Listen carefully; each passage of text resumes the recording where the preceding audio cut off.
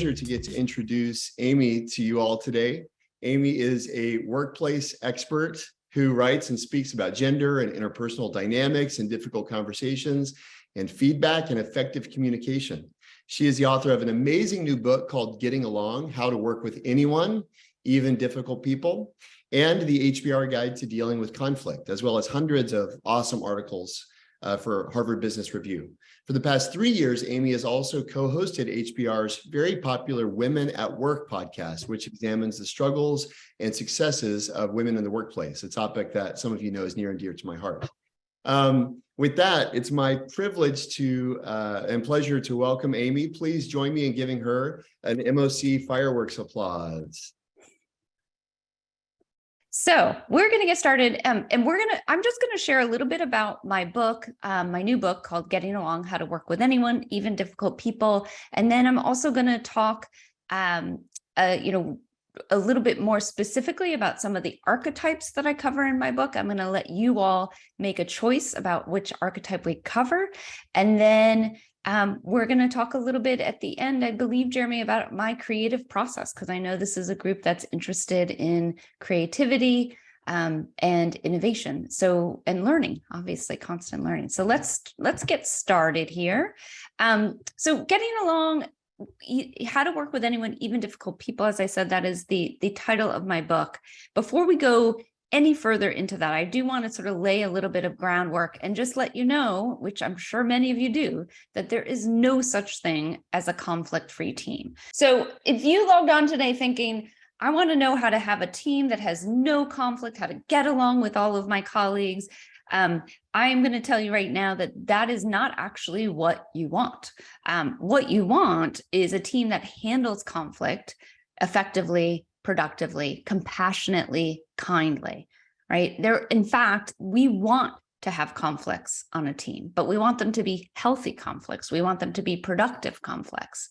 When you do have a team that insists on not having conflict, what you end up with is something that Patrick Lencioni, who wrote The 5 Dysfunctions of Teams, calls artificial harmony, right? This is the notion that we're getting along, but that we actually aren't addressing the important things that we need to address, right? And so we act as if we get along, but there are resentments, disagreements, right, simmering underneath the surface. There are probably, disagreements that are, turning into resentments. So that is absolutely not what you want. You want actually good, healthy conflicts. And in fact, one of the things that's really important to remember is that there are vital tensions that happen on a productive team, right? Tensions, good, productive tensions that we want to see exist on teams. So these are just a few of them, right? So speed versus quality. So you want someone on your team or several people on your team who care about moving things forward very quickly. And you also want people who are so focused on quality that they may be willing to sacrifice speed and efficiency. And if that's the case, right, if that's the case, you have those people on your team, you're going to have better work outcomes as a result. You want them to be able to raise assumptions, to disagree, dissent, debate, all of these things, right? Similarly, you might have people who care about the detail of something, whereas others might just care about the big picture. Or you might have someone who cares a lot about efficiency, or where you might not have someone, who cares more about inclusion. Those are important tensions to have on a team and to play out. But you can only do that if, okay. I just say, just go voice only. It's okay. Okay, I'm going to go voice only. We'll try that. You're the point. Don't worry. Sure, fair enough.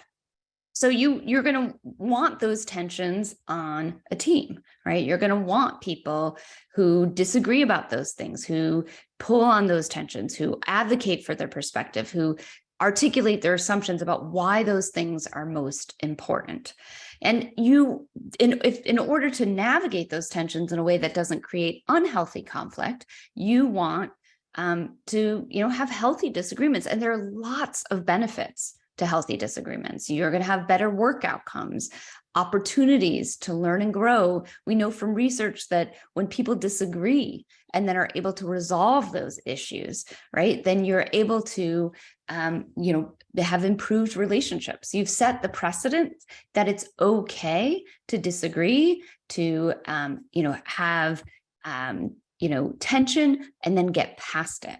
Right. Also, one of the benefits, which many of you may know, is what is often called creative friction. And this is a term that I've heard used most often by Linda Hill, who's a professor at Harvard Business School, who studies some of the most innovative organizations in the world, for example, Pixar.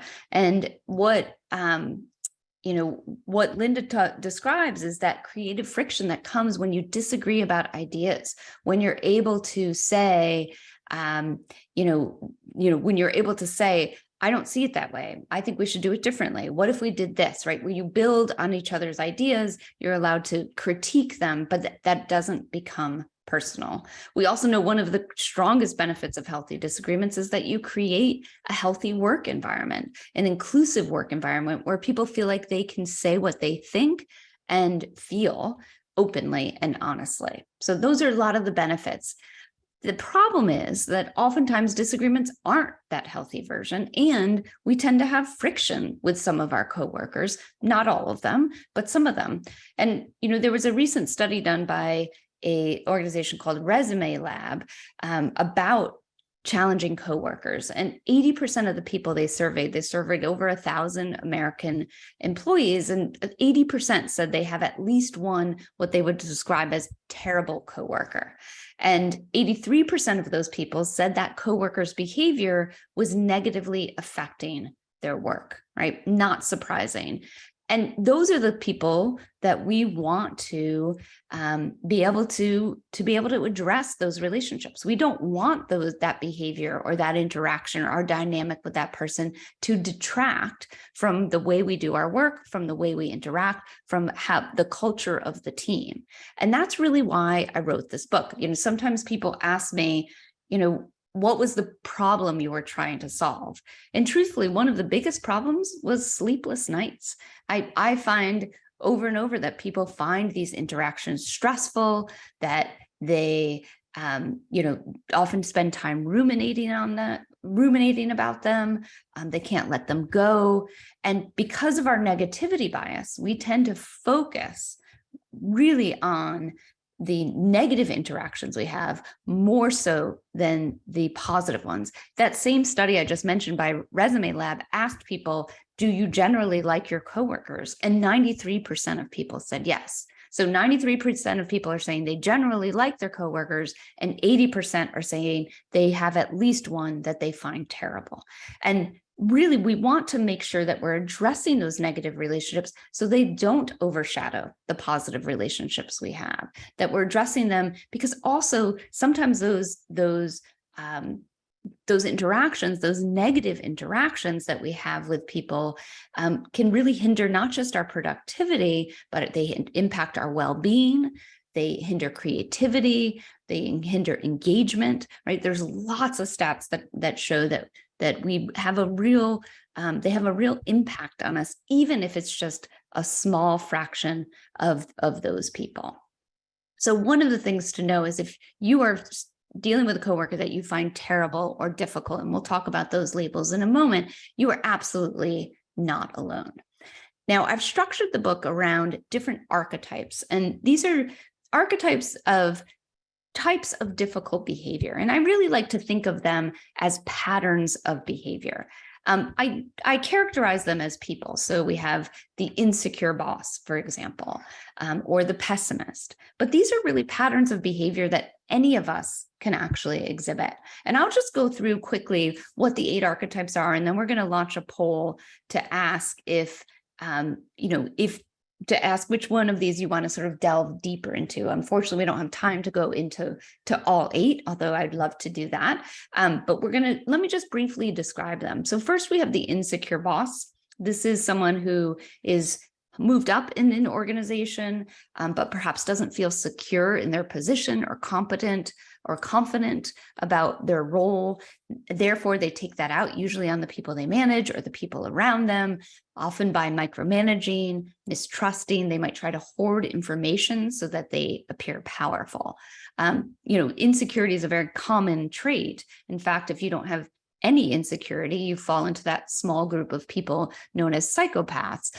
However, if the trouble becomes with the insecure boss is when they take out that insecurity on others rather than using it to learn more of the same. So then there's the pessimist. This is sort of self-explanatory. This is the person who shoots down ideas, feels very negative about the way things are going, really generally doesn't have anything positive to say. That person also, there's a flavor of the pessimist called the victim. This is someone who not only believes bad things are going to happen, but they also believe that the bad things are going to happen specifically to them. It's important to, of course, distinguish between someone who actually truly is a victim, is maybe on the receiving end of mistreatment, microaggressions. But there's a difference between someone who's the subject of that misbehavior or bad behavior or mistreatment and someone who actually just feels like the world is out to get them.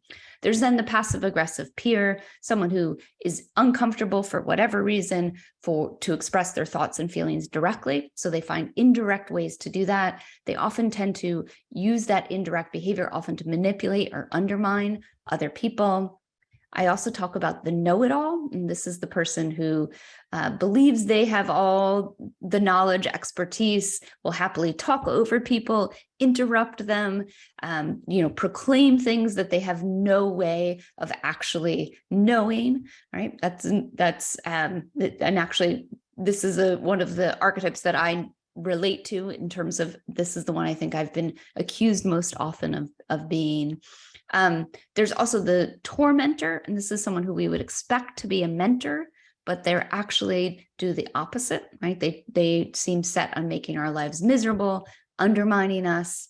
There's the biased coworker, someone who knowingly or unknowingly commits microaggressions toward their coworkers, exhibits biased behavior, both in terms of how they interact, but also perhaps decisions they make, for example.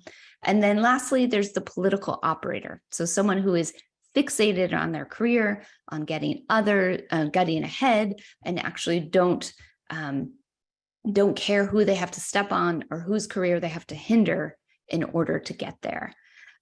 So I'm going to pause there for a moment. I know, Jeremy, we're going to launch the poll. I know you're doing a lot in the background. So the poll's ready. The poll's okay, ready. Good. No so problem. I'd love to hear from you all. Which of these archetypes that I just described do you encounter most often in your work? And actually, I'm going to catch up. Because I was trying to multitask with everything, I'm going to try to catch up on the chat as well, because I know people were asking. It's lots of love for you for being courageous in the face of distraction and undistractable. So yeah, I'm doing my best. Not easy, but I'm doing my best. Yeah, you're awesome. You're awesome. I do see Bonnie rather saying the pessimist calls others to join in their negative thinking. What's interesting is that about the pessimist is that both positive and negative emotions, we know from science, are contagious, but because of our negativity bias, our natural tendency to gravitate toward things that are negative, which is our brain's way of protecting us, right? We gravitate toward negativity so we can prevent bad things from happening. And when that's the case, the pessimist, absolutely, indeed, their behavior is contagious. It can be really, really frustrating. And I see Ling's question about how about for the people who like gossip and start rumors. I do think the political operator often uses a gossip. Passive aggressive person often uses gossip because it's an indirect way of sharing information or expressing opinions that they have. I'm happy to talk when we get to the Q&A. I'm happy to talk about gossip. The research around it is fascinating. Generally, I think it's a bad thing, but there are upsides that would be interesting to talk about. That's interesting. Yeah. How are we doing on the poll? Do we I don't feel know like if you can see. I hope I just started sharing it. It looks like we had okay. 88. We had about 85% respond. Oh, great. Are you able to see it? Yep, I am. Great. So we got 28%. It looks like the insecure boss is in the lead, if we can call it that. They're winning. And then the passive aggressive peer. So let me do a deep dive into the insecure boss. For those of you who didn't select this one and you need help dealing with one of the others, I do think some of the advice I'll talk about will apply, of course. And then, of course, in the question and answer, we can talk about some of the others as well. So what I try to do in the book in each of these chapters is both describe what the common behaviors are. So let's take the insecure boss, and I'll go through some of those common behaviors. For example, being overly concerned about what others think of them, being unable to make a decision or stick with one, even when the choice really has little consequence. They frequently change the direction of a project. They attempt to control everything, as I mentioned before. They might require that every decision in detail have their approval or go through them, all of which are incredibly frustrating. I also, in each chapter, try to talk about the background on the behavior, why it might be happening, but also the costs, because there are costs to interacting with these folks. And one of the things I encourage people to do when you're thinking about these labels and is to really be careful in when you're using them, because they're not meant to be dismissive labels that pigeonhole your colleague, that lead to confirmation bias, right? So that and the minute you think someone is passive aggressive, for example, then you're just overly focused on everything that they do seems passive aggressive. The point of the archetypes, the point of these labels, is to help you find the advice you need. A big motivation for me in writing this book was seeing all of the advice that's out there about dealing with difficult people at work or challenging relationships. Generally just gave generic advice about how to deal with anyone. But I knew that there was lots of research out there about how to deal with specific behaviors, whether it's insecurity, whether it's passive aggression, whether it's pessimism. And so the archetypes are really meant to help you get the tactics that you need to deal with your specific situation. So let's return to the insecure boss. As I mentioned earlier, it's normal for all of us to feel insecurity. It's actually quite a natural thing. It helps us learn, it helps us grow, it helps us develop self-awareness. The tricky part is, especially with a leader, is it's challenging to work for someone who doesn't feel secure in their position. And you might think, oh, they've gotten this far. They've gotten the paycheck, the title. Why don't they feel secure? And there's research that shows that insecurity actually increases as you move into leadership roles. There was a survey done of UK executives about their biggest fears. And the number one fear they reported was anxiety about being considered incompetent, right? So it's very common for those in positions of power to actually feel this insecurity. And again, we don't want to judge it too harshly. We just want to acknowledge that insecurity is having, or that lack of self-esteem is having an impact on us, right? There are, of course, psychological consequences to working with someone who we'd consider an insecure manager, an increase in stress, anxiety about your future. You might even talk about contagious emotions. You might start to doubt yourself as well. When you're around someone who doesn't feel secure, who's constantly questioning, constantly second guessing things you're doing, you might also experience that insecurity yourself. So then you want to ask yourself some questions, and I lay out questions in each chapter. What evidence, for example, do you have that your boss is insecure? Could you be wrong in how you're viewing the situation? And I think that's really important, to understand. We don't want to slap the label on someone without being thoughtful about doing it. And then also you want to think about, well, what is specifically about the insecurity is causing a problem for me? What's the negative impact? And I think that's true for any of the archetypes. I will admit all of these behaviors are annoying, but how are they actually impacting you and your ability to do your job, the team, the organization? Get specific about that, because that's going to help you decide how to address the situation. And I think another question you want to ask yourself is there a way that you might be feeding the insecurity? So when you see it, do you find it unappealing? So therefore you challenge them or question them, right? And does that feed into the insecurity? In response to their insecurity, do you try to demonstrate confidence? And does that confidence make them shrink in response? And you won't know for sure the answers to that question in particular, because you can't be in another person's experience or be in their mind, but it can be helpful to just even ask them, because it gives you a different perspective on the situation, right? And starts to make you more curious about the situation as opposed to annoyed, polarizing, right? They're insecure, I'm secure, or they're incompetent and I'm competent, right? Instead, it sort of tries to give you some understanding of why they might behave the way they are. And then let me share a couple of the tactics that research has shown works. Number one is try to put yourself in their mind, right? Try to figure out, what is it they actually care about? What is it they actually want? Is it that they want to look good in front of their boss? Is it that they want reassurance from their direct reports, including you? Is it that they want to establish a partnership with another department, and they feel like they're not as competent as the head of that department, right? Think about what it is that their goals are, because that's going to give you a good sense of how to align yourself with them. Because ultimately, by aligning yourself with them, as opposed to, having more negative interactions or pushing them away or retaliating in some way, all of those behaviors, right, are not going to get you what you ultimately want, which is a more positive working relationship.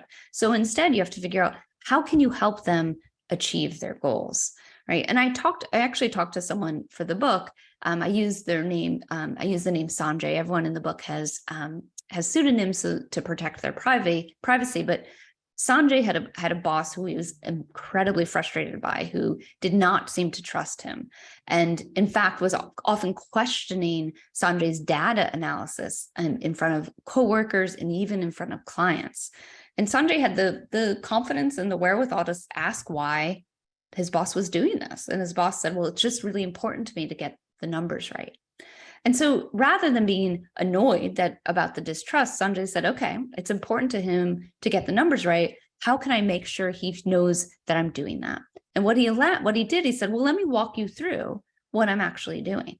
And then he experimented with an approach where a day or two before a presentation or an appointment with a client, he made sure to share the data, the background on the analysis, right? And told him, this is what I'm planning to share. Do you have any questions about this? Now, of course, this added an extra step, an extra work for Sanjay. But what he realized is that by doing that, even though it took extra time, he was able to get a more positive response out of Sanjay in front of the clients and in front of their coworkers and colleagues, which saved him so much time in the long run. So rather than being annoyed that he had to take this extra step, he really saw the upside in doing that. Another tactic, and this is actually a professor who used to be at Stanford, but is at University of Michigan, Lindy Greer. She studies conflict, and she's talks about having to really watch out to make sure that you're not appearing threatening to this person. Now, this is advice I don't love to give, because I don't want to encourage anyone to shrink. I don't want to encourage anyone to hide their talents or make them seem less competent. That's absolutely not what this advice is. But really think about, in what way might I be appearing threatening to this person? And are there ways I could align myself instead? So let's take Sanjay's example. For, one of the things that he suspected is that his boss was jealous of his analysis, his analytical skills, which, would be understandable because his boss did not have those skills. So rather than being annoyed and trying to say, well, I don't have these skills, or you're just as good, he said, let me see what I can share. How much can I bridge that connection, help him see that I'm not a threat by having these skills. In fact, I want to share the benefit of these skills. Another piece of advice, and I'll wrap up the deep dive into the insecure boss. But another one of the tactics that research has shown over and over really works and is not an easy pill to swallow, I'll be honest, is that compliments and gratitude actually go a long way. So when someone feels insecure, they're generally doubting their own capabilities.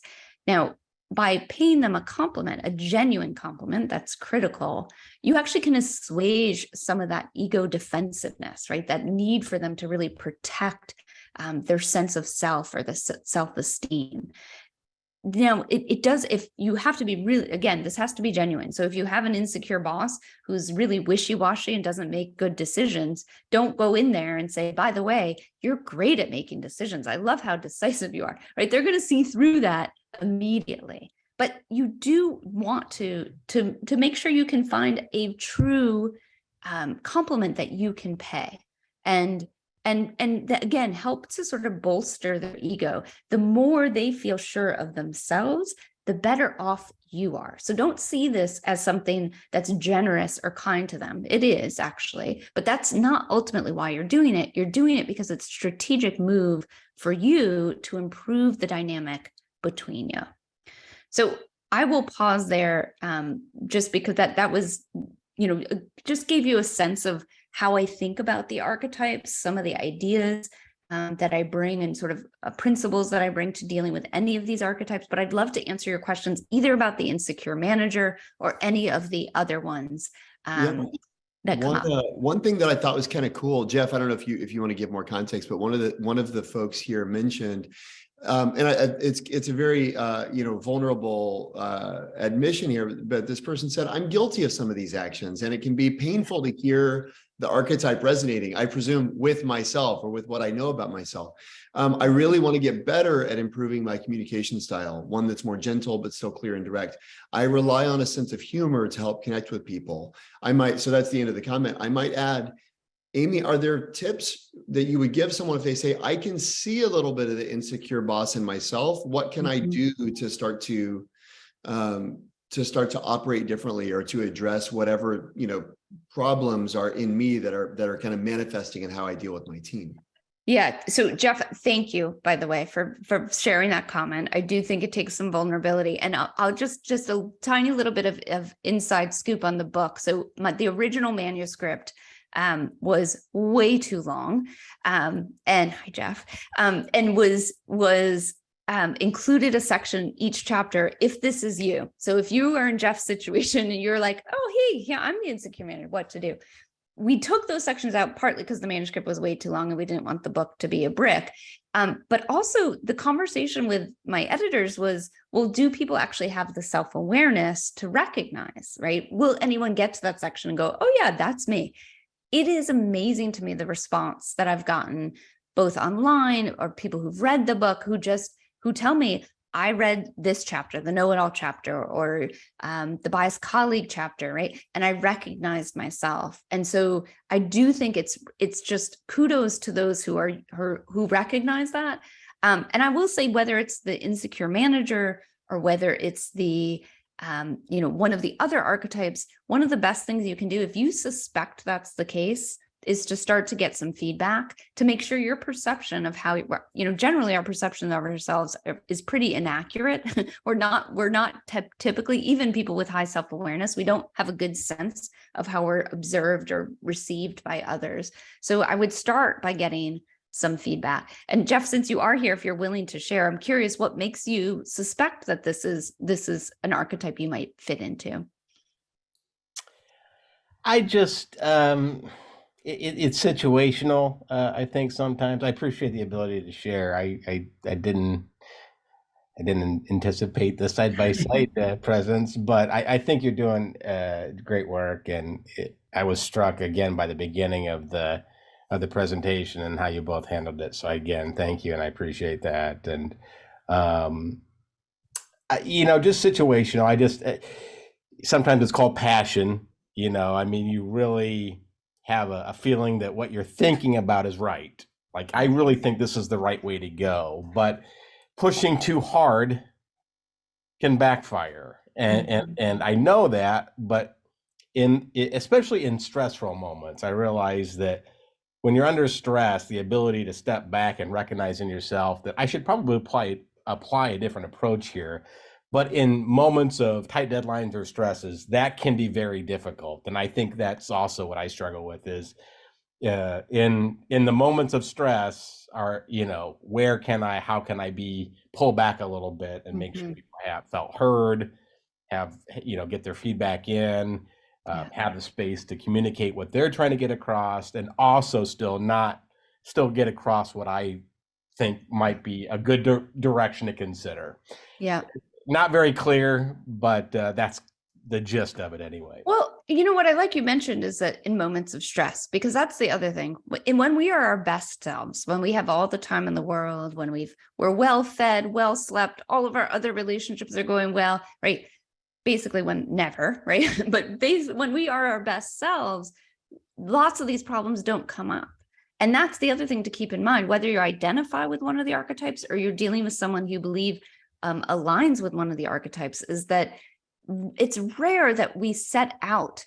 It's very rare we set out to be a challenging coworker or to push people's buttons. It's usually because we don't have the self-awareness, we don't have the skills, we're under stress, we don't have the time.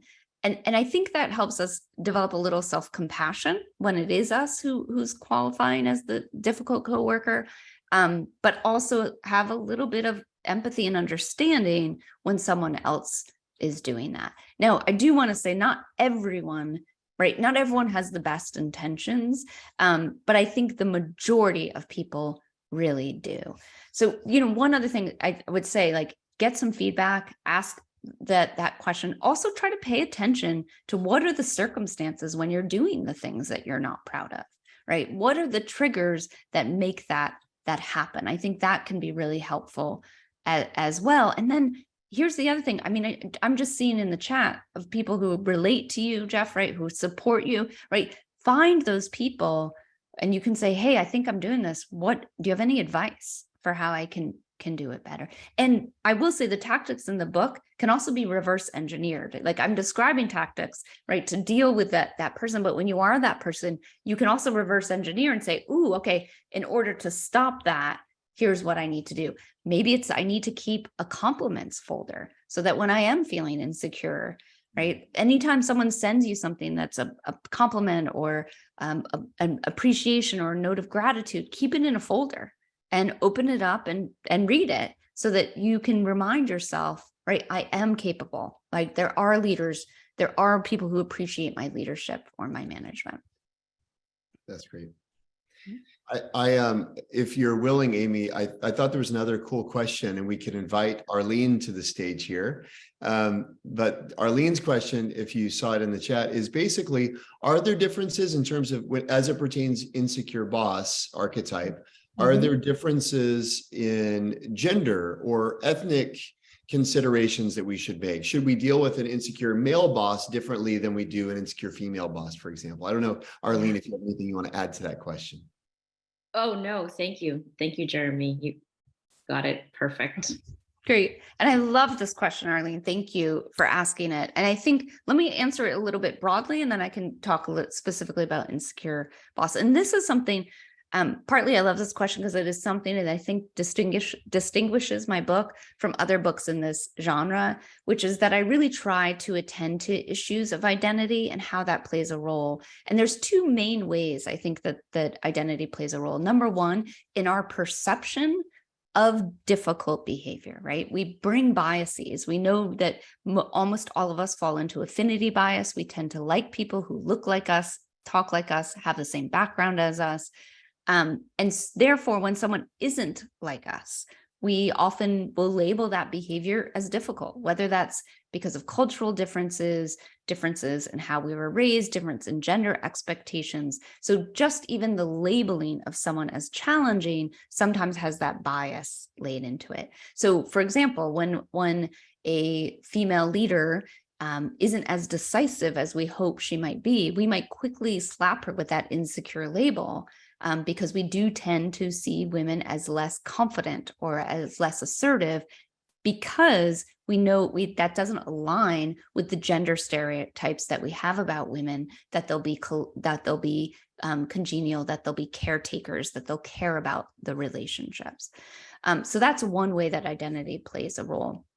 Another is in the tactics that we are allowed to use. So, generally the tactics I share in the book fall into the categories of sort of softer, more subtle tactics like paying a compliment. And then there's more direct ones saying, your micromanaging is making things really challenging for our team. Can you stop? And what we know, if we think about gender, what we know from the research around gender bias is that we expect to allow a narrower range of behavior for women at work, also true for people of color. So using those more direct tactics may not work as well if you identify as a woman or if you identify as a person of color, because we tend to incur penalties for being assertive, for advocating on behalf of ourselves. Now, that doesn't mean you shouldn't use those tactics. It just means be aware when you get a response that's not productive, that bias might be a reason why. Right. So that's two ways I really think about how identity plays into that role. So to answer your question around female bosses, should we handle the tactics differently if that person identifies as a woman or identifies as a man? I think the tactics universally apply, but do think about whether when you get to that section of asking yourself questions, ask whether bias is playing a role in how you're interpreting their behavior and whether it's actually problematic, right? Would a wishy-washy male leader be less problematic to you than a wishy-washy female leader, or vice versa, right? If it's a woman of color, or perhaps their wishy-washiness is a result of them being challenged over and over in their work environment, right? How could that be playing a role? And keep that in mind when you make a choice about how to address the behavior. Does that help, Arlene? Does that answer your question? Yes. Okay. Thank you. Yes. Yes. Yeah. Do you have anything else? Oh, Arlene left, but anyone She's else? still here. She's still here. There you go. There she is. Yes. She's disappeared into a little square. But if there's anything else, Arlene, any other further questions or anything you want to add to that, let me know. I didn't see any other questions there, Amy, that were jumping out at me. I don't know if you saw any. I haven't been doing. May I be slightly selfish for a moment? Sure. So one of the things, as most folks know here at Masters of Creativity, one of my kind of favorite topics is the creative process. And Amy is a workplace expert, as we know, and a masterful creator in her own right? She's crafting incredible articles and podcasts and thoughtful pieces that challenge us. And I feel we'd be remiss if we didn't just at least dip into your creative process a little bit. And I'd love to maybe just hear, how do you think about that, even that phrase creative process? Does it resonate with you? Do you balk at it? And why either way? Mm-hmm. Okay, wait, I know you said I do want to, there's actually a couple of comments that I do want to address because they were really interesting. Sure, you're welcome. Okay, so because Seema talked about providing feedback. Someone else talked about the shit sandwich. Julie Rogers talked about the shit sandwich. And I will say, in terms of providing feedback, whether it's to a challenging coworker or just a peer or someone you manage, I do think that you do want to be careful not to use the here's something positive, here's something negative, and here's something positive, because what we know is that depending on the person's personality, they will only hear the positive or they will only hear the negative. And I actually encourage people to separate those conversations into two. So if you have positive feedback, give it to that person. If you have constructive feedback, also give it. And I saw that someone talked about ending, I think it was Seema, ending the conversation with positive feedback and encouragement. I often will end the conversation myself with constructive action, right? So I've given you this negative feedback. What do you want to do with it, right? What should be our next step? How should we move forward? And make sure they know that I'm aligned with them in trying to achieve that. I'm their partner in trying to achieve that. So I'm not just throwing them the shit sandwich and walking away. I'm actually giving them the feedback, which should be hopefully a gift, and then partnering with them on how to address it. So that's one thing I wanted to say. And then Valentina asked about my inspiration for writing this book, which I'll use to dovetail into That's the a nice segue. So yes, into the creative process. She's on my team. Thank you, Valentina. Yeah, that's great. So I did actually, I've worked with some really difficult people. I had an incredibly difficult boss and that's the introduction I talk about, that experience. I would qualify her in the archetypes of the tormentor and the insecure manager, which is really interesting combination. So that was in part the inspiration. The other part is just having been a management consultant, having been, written articles at HBR, having done research about interpersonal dynamics. One of the things that I think we thought for a long time was that these relationships at work were like an added bonus. Like if you actually got along with your coworkers, that was like, icing on the cake. But the reality is it's actually the cake. Whether things get done or not at work depends on the quality of the interactions and the quality of the relationships between people. You can have the most amazing strategy, the most creative, innovative people who are excellent at execution. But what it comes down to day in and day out is how those people actually interact and how they collaborate. And that's the segue to my creative process, because it is really collaborative. I am an observer of human behavior. Whenever I'm in a meeting, I'm watching what people say, how they interact, what their body language says. But and that gives me ideas, right? Of like, oh, how should, what would be advice about how to deal with someone who constantly interrupts, for example, right? So that might give me that idea. And, I've seen articles on that, but like, is that useful? Can I put that into practice? And then I'm bouncing ideas off either fellow editors at HBR, my spouse, my friends, right? Like, have you encountered this? What is it? And the sort of idea generation takes a while. And I'm really trying to test it over and over to see if it actually, to see if it holds up, if it will be interesting to people. Tell us more about when you say you're trying to test it, meaning you're speaking with your spouse and just saying, hey, do you wonder about this too? Or what does it look like to test an idea? Yeah. So it will say, I observed this and I wasn't sure what to do. Have you experienced that? Or what would you do? Right. And start to sort of, I want to engage the person, not just in like, is this a universal experience or at least a common experience, but also like what actually works? Like I'm always thinking, I'm so predisposed to the like, what's the tactic I can use? What's the strategy I can use? That I know all of the creativity advice around like to clearly define the problem before you start to solve it. But for me, it's really an iterative process of like, okay, what's the tactic I would try? Would that work? Would it work in this situation? Oh, wait, maybe the problem needs to be defined differently. Oh, my neighbor who I ran into while I was walking the dog, and I asked them about, being interrupted at work, had this really interesting point. On a walk, you'll just. Oh, yeah. Well, how many things like that do you have on your mind at any given time? I mean, is there kind of one thing like being interrupted? Are you asking everybody about that, or do you have being interrupted and being and being overlooked? And are there a bunch of things in your mind? Like how does a prioritization work when you're on a walk? How many things can you talk to a stranger about? I usually choose one just to talk to the stranger. It's not a stranger. It's usually like someone I know. But Sure. I'm not that much. My husband's the one who talks to the strangers, by the way, not me. He's the extrovert. But I will. I do have many of them in my head. Like I can think of like just off the top of my head, like 7 right now that I'm just sort of noodling on. Like, how do I want to deal with like, and none of those may turn out to be articles, or maybe all of them, or maybe they're the nugget that leads to my next book. But I sort of am, again, just sort of trying to observe, talk to people, test the ideas, test the solutions that I think will work. Because oftentimes, one of the other things I like to do is when someone, I'll say like, oh, how do you handle interruptions at work? And then they have this tactic. I'm like, well, would you try this? What would happen if you tried this? Okay. And just hearing their response. I mean, because for those of us in the field of like giving advice, there are some really big traps. Like number one, giving advice that actually people can't do. It's like too theoretical, right? So that's part of the testing process, is like, can someone actually do this? Can many different types of people actually do this?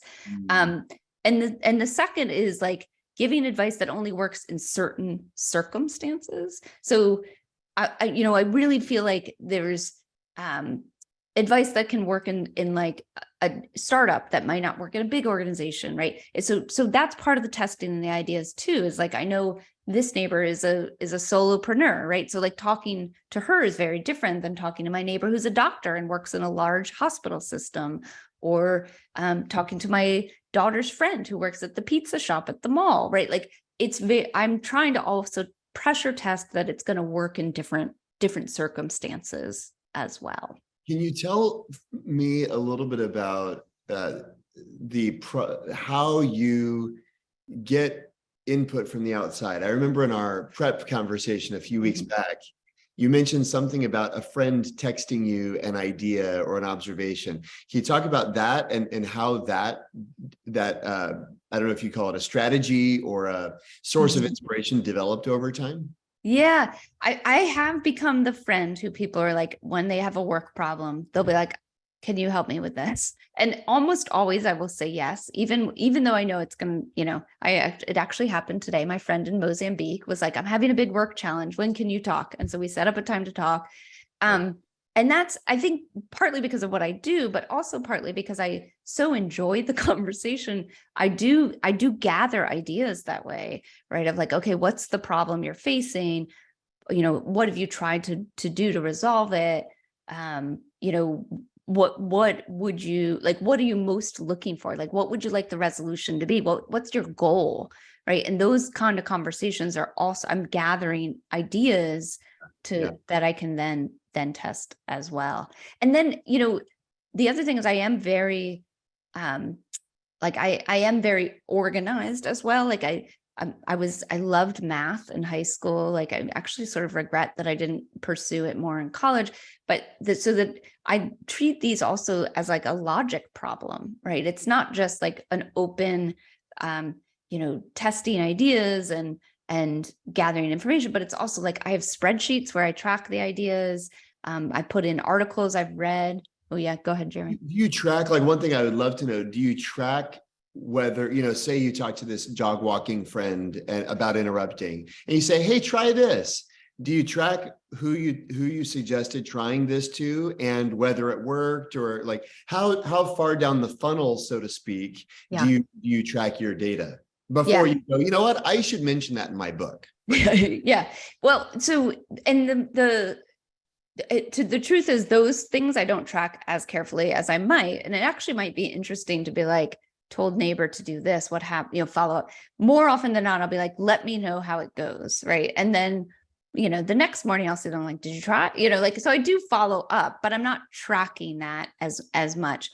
What I'm doing is sort of testing my intuition about how to handle a situation. And then I'm really focused also on the research. So the book has tons of, there are people all over, academics who are really studying, for example, how to deal with passive aggressive behavior in the workplace. So I'll be reading those studies. I'll be trying, and a lot of times those academics they're writing those studies for academic journals. So then I'm trying to translate that. So what does that actually sound like or look like in real life? And so that might be another conversation I'd have with the neighbor. I do walk the dog a lot, by the way.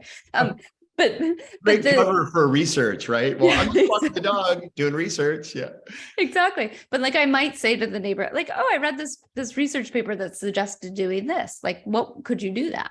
Like, how does that sound? And so, it's and then when I'm actually developing the idea into like actual advice, like, into a chapter in a book or into an article, I'm really trying to, then I'm getting into like, have I clearly defined the problem? And have I defined it in a way that people can really relate to, like that? Because that's the other thing, is I want people to be able to see themselves, not just Jeffs of the world, to see themselves in the problematic behavior, but also see themselves in the solutions. Like, one of the things I really try to do, I do in this book and many of my articles, is share sample language. I don't know if actually the sharing screen function will work, but I actually have let's try it real quick. Try it for sure. let's see. Hopefully we got, so like, for example, like these are sample language to start a difficult conversation with someone who you're struggling with, right?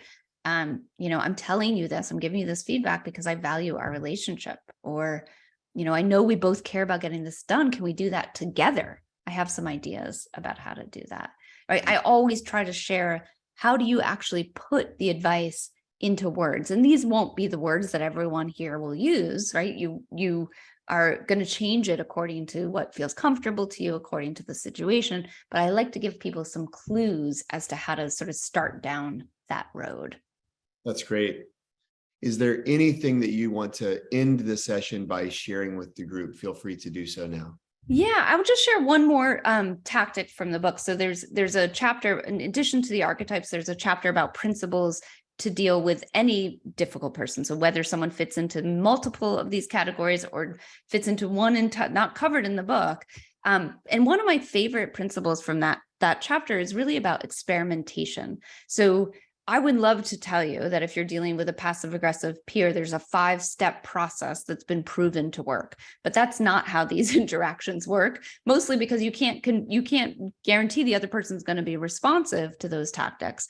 So instead, I encourage people to think of this as a experiment. Put on your scientist mindset and think about, okay, for 2 weeks, I'm going to try this one tactic. I'm going to pay a compliment and I'm going to see how it works, right? And then learn from that, tweak your approach. Maybe that didn't work at all, or maybe it only worked in certain meetings or in certain circumstances. So then try another tactic, see what you can learn. Create a spreadsheet where you track the tactics you've tried, when they've worked, when they haven't, and constantly refresh your approach, because relationships with people are not static. They're changing constantly. And as much as you can sort of nudge the other person into productive behavior with these experiments, the better off things are going to be between you. You all know, folks who've joined before know how much I advocate an experimental mindset in everything. So I couldn't imagine a better way to end. Thank you, Amy, for your time today.